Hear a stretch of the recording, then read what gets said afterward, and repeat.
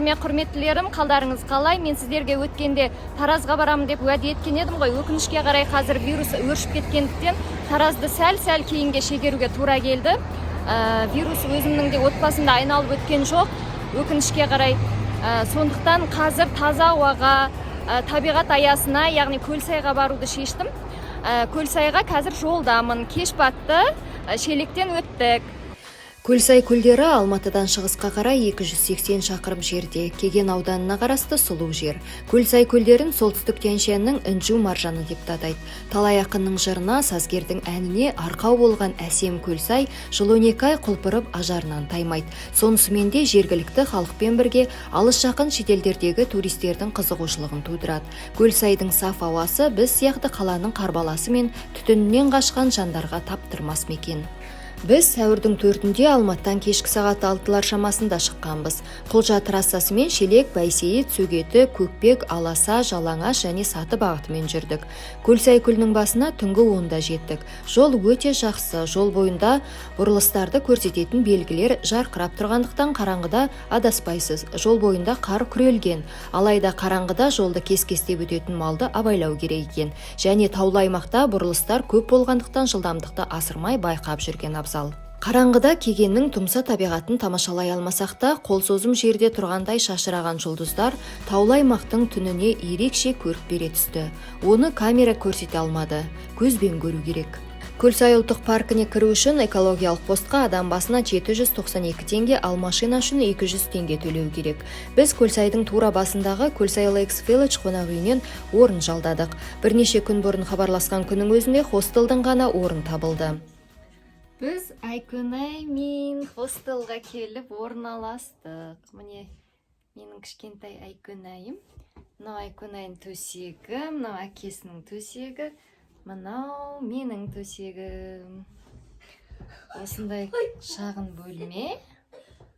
Таза, жылы. Камила ғой? Иә, бір отельді суық болған. Мынау күшті жылы. Мына жерде шкафы бар екен. Шкафын ішін қазір көрсетейін. Шкафында мынандай полкалар бар екен. Мына менің рюкзагым. Мынаның ішінде міне орамалы, шампунь, сабын, гель для душа. Мынау щеткасы мен зубный пастасы және мынандай тапочкасы бар.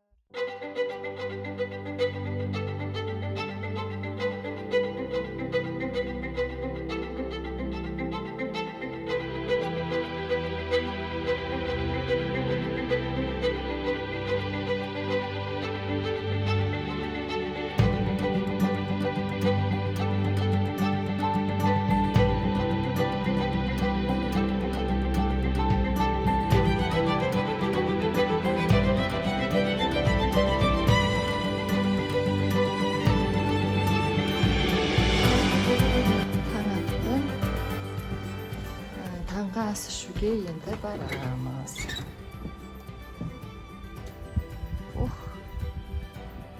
Мына жерде терраса.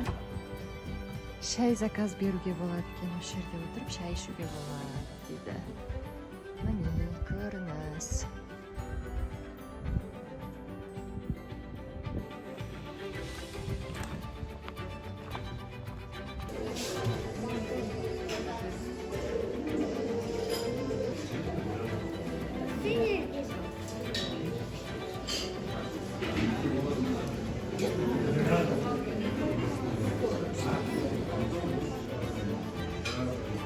Таңғы ас ішуге келдік. Таңғы асқа жұмыртқа мен ботқа бар екен.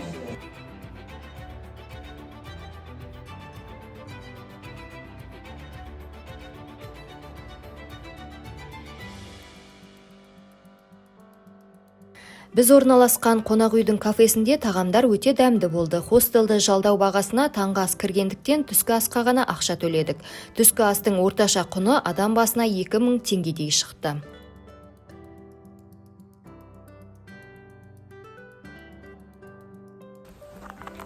Асханадан бір су алып едік. 880 теңге дейді. 1 литр су. соның ақшасын алуға бөлмеге келдім. Көлсай көлдері Күнгей Алатауы, Күрметі және Саты асуларынан бастау алатын кішігірім өзен суларынан пайда болған үш көл. Осыдан бір ғасырдан астам уақыт бұрын жер сілкінісі салдарынан пайда болған. Жоғарғы Көлсай теңіз деңгейінің 3000 метрге жоқ, орта Көлсай қайыңды 2600 метр және төменгі Көлсай 2130 метр биіктікте орналасқан. Төменгі Көлсайдың су айдыны басқаларына қарағанда үлкен.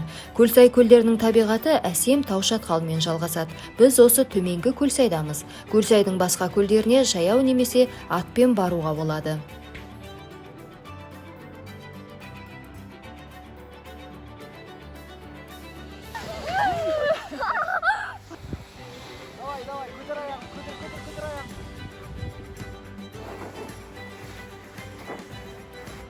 Қайыңды көліне Саты ауылына кіреберістегі жанар-жағармай құю бекетінің жанындағы УАЗ автокөліктерімен баруға болады. Сапар құны адам басына 2000 теңге.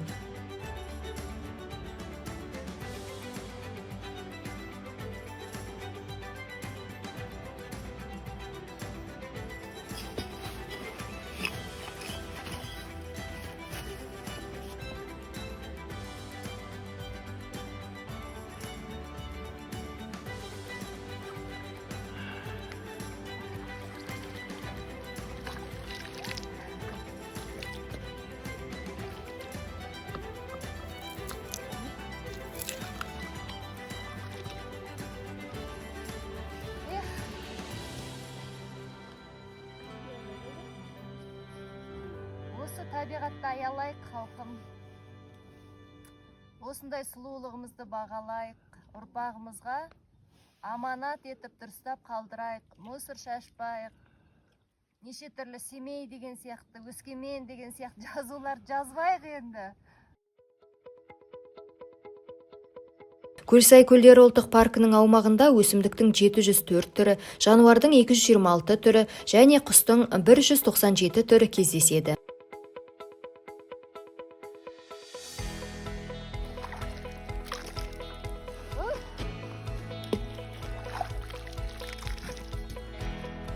Біз Көлсайға кеше күндіз шығамыз деп ойлағанбыз, бірақ та машина бұзылып, түнгі сағат 10-нан кете Көлсайға келдік. Сол қонақ үйге келдік. Біз стоянкаға машинамыз қойғаннан кейін, бізді сол жерде бір кісі үлкен машинамен күтіп тұр екен. Өзінің машинасына салып алды да қонақ үйдің басына апарды. Қонақ үйге барғаннан кейін асхана ол жерде жабылып кеткен екен, жабылып қалған екен. Мен алдын ала оларға айтқан болатын, бізге тамақ алып қоя салыңыздаршы, біздің көлігіміз бұзылып қалды деп. Сөйтсе бізді күтіп отыр екен олар. Телефонында бәленбай пропущенный звонок, олар бізге звондап, бәленбай рет звондап, кәдімгіше уайымдап қалған екен. Бұлардың машиналары бұзылып, не болып жатыр екен деп. Содан біз келген кезде бәрі бізді күтіп отыр екен, бізге тамағын беріп, сірнесін беріп, керемет дәмді сірнелері енді күшті болды. Сөйтіп несіне обслуживаниясына 100% көңіліміз толды. Одан кейін бөлмемізге келдік, біз хостел алдық. Неге хостел алдық? Себебі біз бірнеше күн бұрын хабарласып үй жалдайық дегенбіз, бірақ оған үйде орын жоқ, тек қана хостел ғана қалды деп айтты. Бірнеше күн бұрын хабарласқан күннің өзінде. Сондықтан сіздер егерде келетін болсаңыздар, бір апта бұрын хабарласып орын алып қойсаңыздар да болады. Тем более сенбі, жексенбі күндер. Біз міне сенбі күні келіп отырмыз. Сол біз орын алдық. Бөлме өте жылы болды. Ол өте маңызды ғой, себебі әлгі алдында шонжыға барған кезде бөлмеде тоңып қайтқан едік қой. Осы жолы бірден сұрады ғой, бөлме жылы ма деп, өте жылы деп айтты. Расымен өте жылы екен.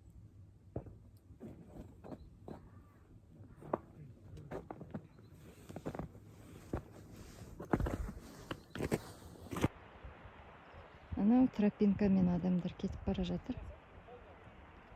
Бұл тропинка былай кете береді. Мына жаққа кете береді. Сөйтіп шығып, мен жазда келгенде осы жермен шығып, мына бір жердегі мына үйге дейін барғанмын. Бұл үйде ремонт жүріп жатқан. Жалпы Көлсай көлдері ұлттық табиғи паркі 2007 жылы құрылған. Айта кететін маңызды жайт, бұл аймақта байланыс істемейді. Көлсайға ұялы телефон байланысы, интернет керек дегелі талай уақыт болды. Алайда бұл мәселе әлі шешілген жоқ. Көлсайда банкомат та жоқ екенін айта кетейін. Сондықтан ақшаңызды қолыңызға ұстап алыңыз. Каспиймен аудара салам деген әңгіме Саты ауылында да, Көлсайдың басында да тіпті айтылмайды. Бұл аумақ мемлекеттік табиғи парк болғандықтан ерекше қорғалады. Қоқыс тастауға, өз бетіңше от жағуға, кез келген жерге шатыр төгуге тыйым салынған. Сондықтан экологиялық пост немесе екі көлдің жағасындағы орманшыдан мұны анықтап алғаныңыз жөн. Көлсай тау ішінде орналасқандықтан қыста да жазда да бұл жер салқын. Сондықтан өзіңізбен жылы киім алып алғаныңыз жөн. Сонымен қатар дәрі-дәрмек қобдишасы да болған абзал. Өзен көлде форель балығы бар көрінеді. Қармағыңызды ала келсеңіз, экопосттан рұқсат алып балық аулауға болады. Көлсай көлдері орналасқан Кеген ауданы Қырғызстанмен шекаралас жатыр. Сондықтан бұл жерге келген әрбір демалушы жеке куәлігін бірге алып жүруі қажет. Себебі демалыс аумағына кіретін сәтте шекара қызметкері барлық туристің төлқұжатын тексереді. Егер құжат өзімен болмаса, Қазақстан Республикасының әкімшілік кодексінің 510 бабына сәйкес 5 айыптық есептік көрсеткіш көлемінде айыппұл салынады. Көлсайға бара жатқан жолда шарын шатқалдарын көресіз. Жол жөнекей, шарынның да әсем табиғатын тамашалай кетуге болады. Айпен айтқандай тастаптың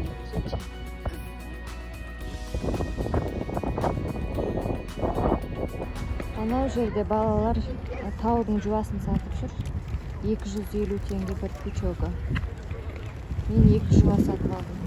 Сосын мына жерде бұлақ ағып жатыр. Адам жинап жүр. Көлсайдан келе жатқан адамдардың бәрі осы ауылға тоқтайды.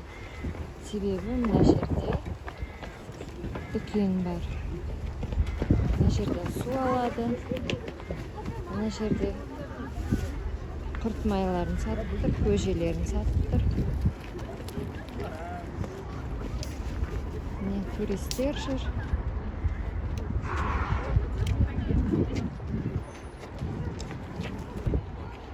Бұл ауылдың аты Көкбекті.